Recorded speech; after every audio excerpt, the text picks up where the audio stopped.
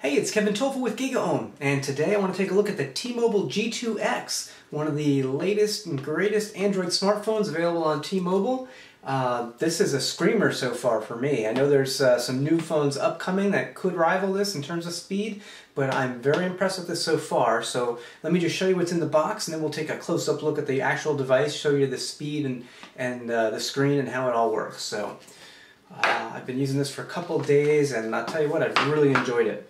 So here's what the device actually looks like, and again I'll give you a close-up in a second. We'll go through all the hardware and show you the speed.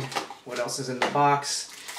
We've got a USB data cable and a little travel charger that you plug in, and then you just connect your USB cable to charge up the phone. So not much else in the box, so why don't we get right to it and take a good close look at the T-Mobile G2x.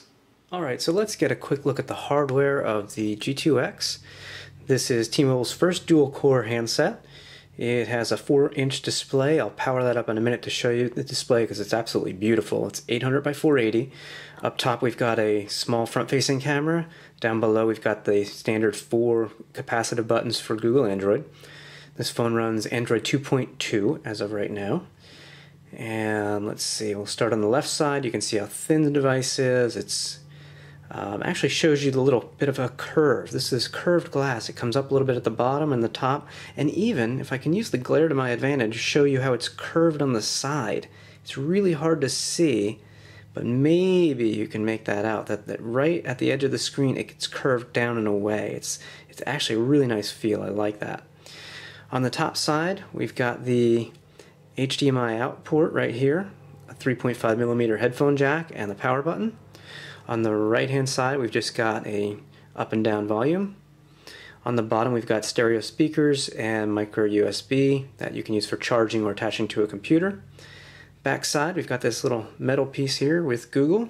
It's a with Google experience device, and it has an 8 megapixel camera on the back side with LED flash, autofocus, video capture of up to 1080p. So that's pretty solid. And let's see, actually let me take the back cover off so you can see the insides real quick. There we go. Again, we've got the camera, the flash, here's the SIM card slot, micro SD card slot. This device has 8 gigabytes of internal memory. You can add up to 32 more.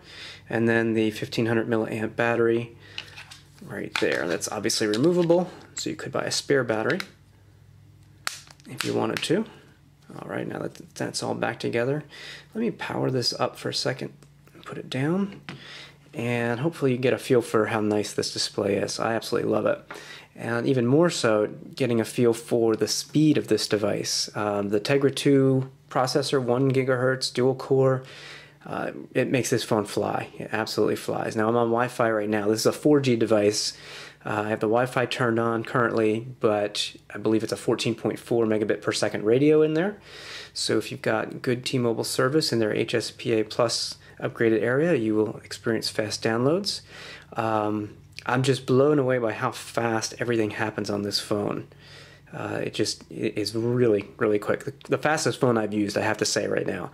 Now I know the Samsung Galaxy S2 is getting some rave reviews, but we won't see that here for probably another month or two. So for now, I'd say this is the phone to beat in terms of performance. You just tap and apps just open. It's just unbelievable how fast they fly, and switching from app to app as well. Boom, you're there. Let's go to news feed in Facebook. Whoops, there we go. There it is, it's updated. I mean, everything just flies. It is very, very impressive. Let me show you, because this is a Tegra 2 device, let me show you some of the Tegra optimized stuff that's in here. I like playing this Riptide GP, which is pretty nifty. This is a Tegra optimized game, and I'd say it rivals anything I played on the iPhone 4, and I'd even go as far as to say it certainly beats the pants off of some of the Nintendo handheld games and things like that. Just look at the water there.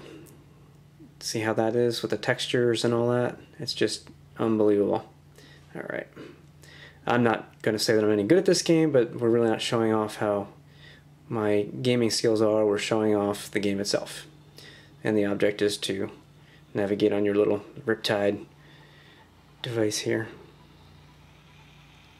I've got a camera in between me and here, so that's not going to help me either.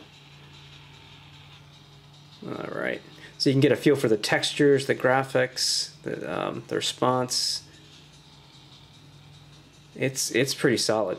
I mean, I'm really impressed. This phone impressed me when I saw it at CES as the LG Optimus 2X, or X2, I forget which now, but just super impressed right now. Super impressed here. That's enough of that. Let's close that down. And we probably could show off a video too. I know there's a 1080p video in here. Actually, there's two of them. Here, let's look at, and obviously these came from NVIDIA.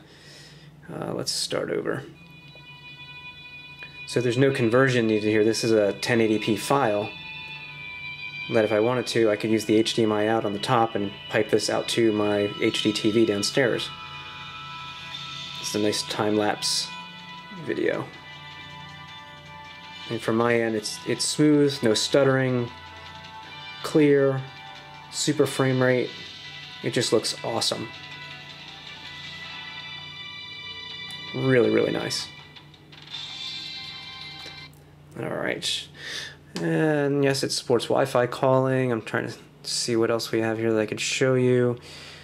Let's go to the browser for a second. I did a search earlier for JK on the Run. We'll open that up. And pop the browser open. Again, I'm on Wi-Fi right now. That's the mobile site, but let's do this. Let's get rid of the mobile site. Mobile site off, switch.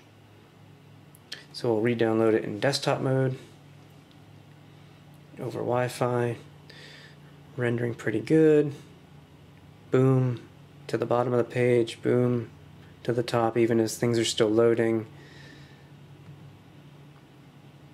I mean, it's just very responsive. Really, really nice. Really nice. So, alright, I see the battery's about to die, so I think that gives you an idea of the T-Mobile G2X. I will have a full review, a written review, so come back soon, check that out. I'll have that up in a couple days. I've got to say, though, after just using this for a couple days so far, performance-wise, this looks like the T-Mobile phone to beat for the moment. That may change with the Samsung Galaxy S2, but for now, this is looking pretty sweet.